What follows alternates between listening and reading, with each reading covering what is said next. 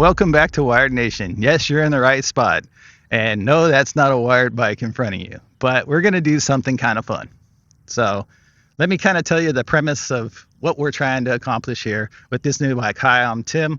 I'm your host of Wired Nation. I'm glad to have you all here with me today.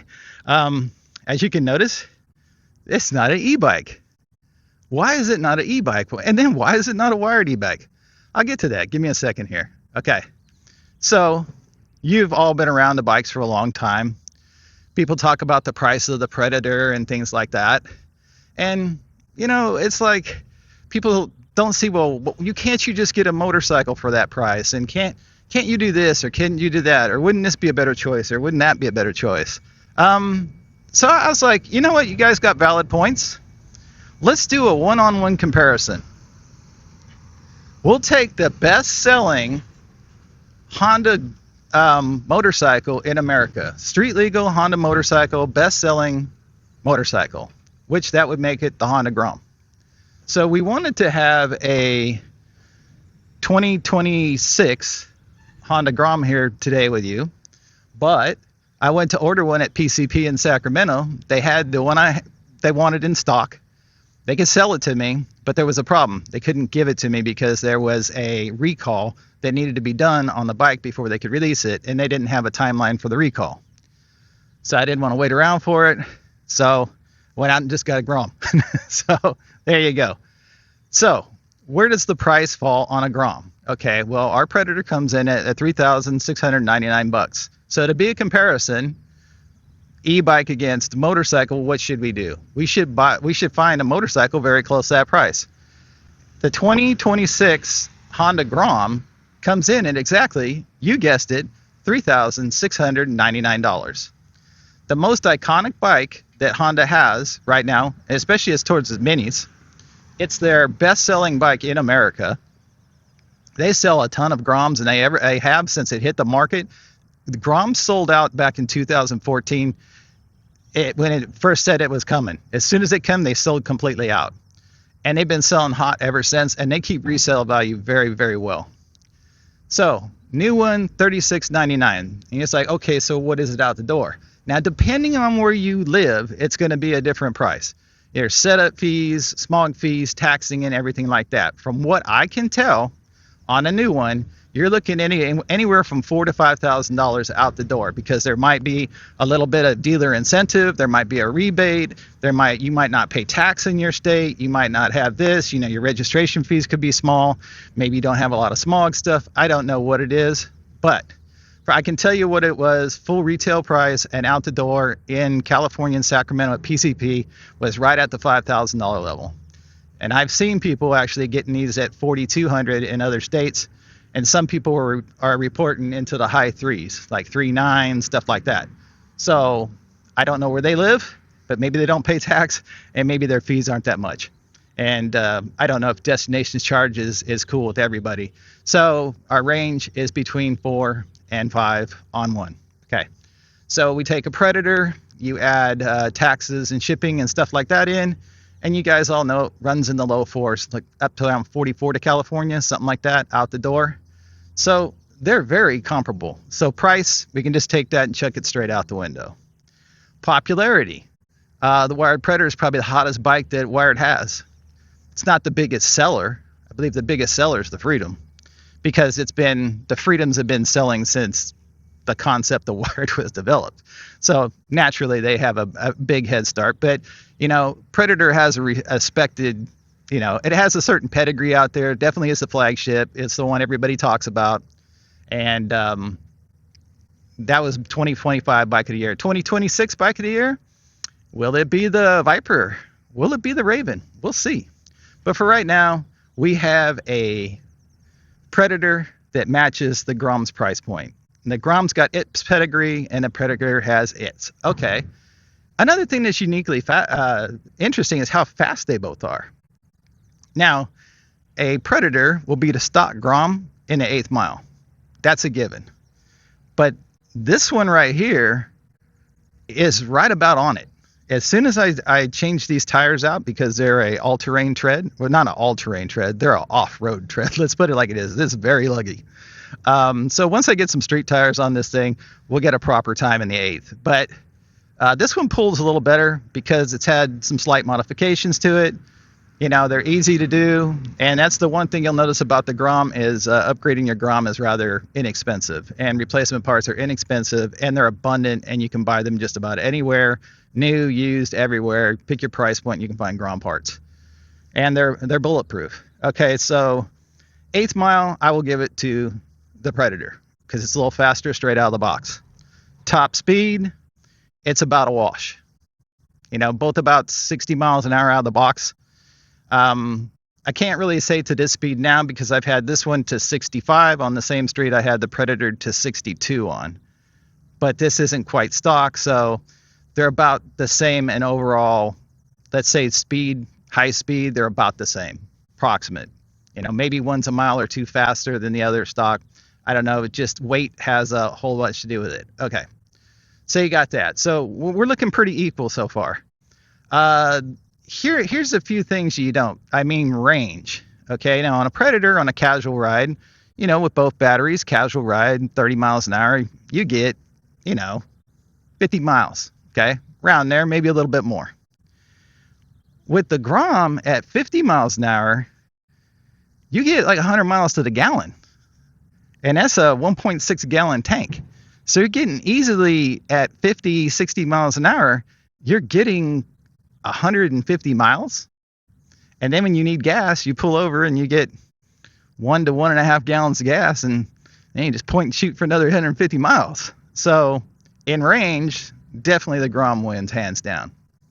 So there's that whole thing. So if your range anxiety, what you're going to get. Now, what are you using these for? Okay, this thing's pretty whisper quiet for gas. And when they go by you, they're similar. I mean, it's quieter.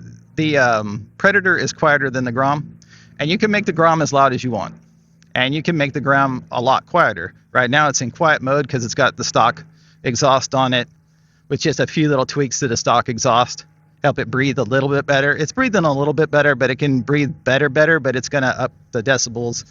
And I'm pretty happy with the speed around town and everything. That's fine. If I was actually going to go throw it on the highway and I wanted to do 70s and things like that, yeah, I'm going to have to open it up, get better airflow and all that kind of stuff. But I didn't buy it for that. Any of these bikes are going to be used for that. So I think it's a pretty good test. Both the bikes climb my test hill. Not a problem. The Predator coming down the test hill has to rely solely on the brakes itself. So that's the weak part on the equation coming down that kind of a descent off my mountain. So that's something to take into consideration. It's all going to be on the brakes, and they heat. And I got that coming up in the yearly review for the Predator to kind of show you what it would take to go brake only on a hill like that. With a Honda, the Grom here, you know, you got engine braking. Just let the engine just bring you down the hill. You just pick a gear, you're the speed you want to be in. If you want to come down in like second gear, you'll just put down the hill. If you want to creep down the hill, just put it in first gear and just engine brake it. And it just goes all the way down. You barely even touch your brakes at all, so they stay ice cold. So it definitely, the Grom definitely has the edge on the descent. Now why even bring these two up? Well, two reasons. One, because everybody says, well, why don't you just buy a motorcycle? And I think it's a valid point to some degree. Depends on how you're going to use it.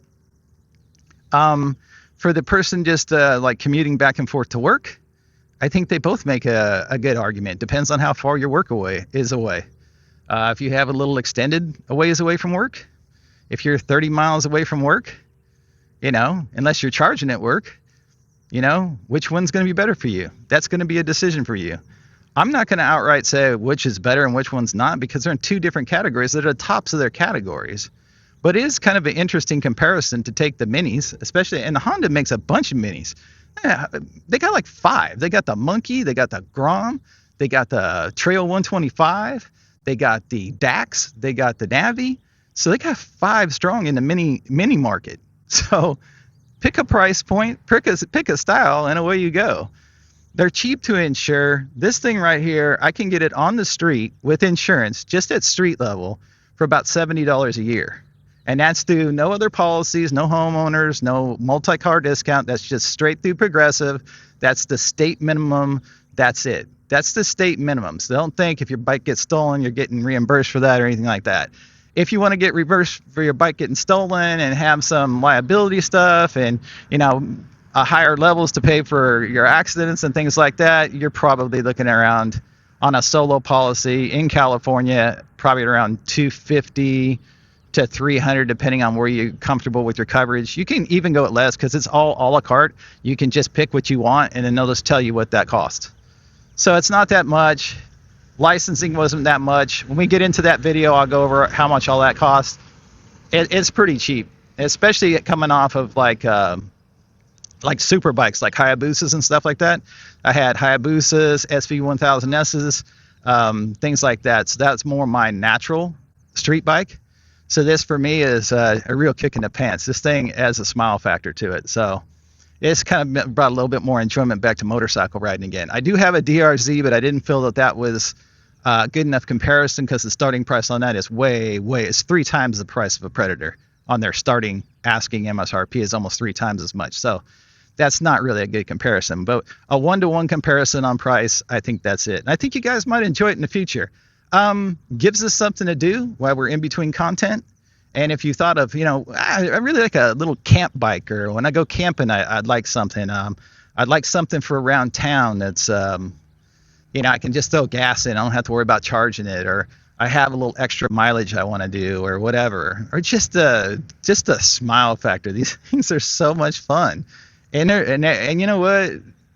I mean, you're gonna get a lot of people that don't know these things that will say, "Oh, it's cute." Yeah, I guess it is cute. It's this pretty styling little thing. Everybody smiles when they see this bike.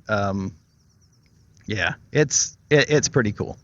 So look for that coming up. Look for like a little Predator Grom shootout. It's just for fun. It's not a real shootout. It's just kind of comparing price points of what you get electric versus gas in 2026.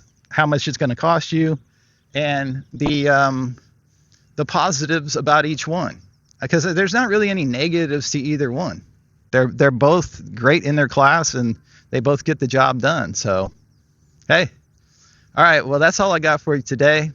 Check out the Honda Minis. I think they're kind of cool too. So, but don't blow all your money on a Honda when you can get yourself a Wired. So, and don't forget to use that Wired Nation affiliate link, because it helps me out. It helps you guys out. It helps me bring you guys up-to-date content that you don't get anywhere else. So keep that in mind. Hopefully we're doing a good job for you. If I'm not, leave it in the comments. Comment, like, oh, I hated that video. That one sucked or whatever. Try to keep the negativity to the minimum. Let's try to make everything better. That's what we're trying to do here. Negativity small, positivity high. Try to make everything better in everything we do here. I want to see that in what I do here and everything you guys do too. So thanks for watching, Wired Nation. And as we always say, stay wired. And don't forget to use the Wired Nation coupon affiliate code. Thank you so much. Bye.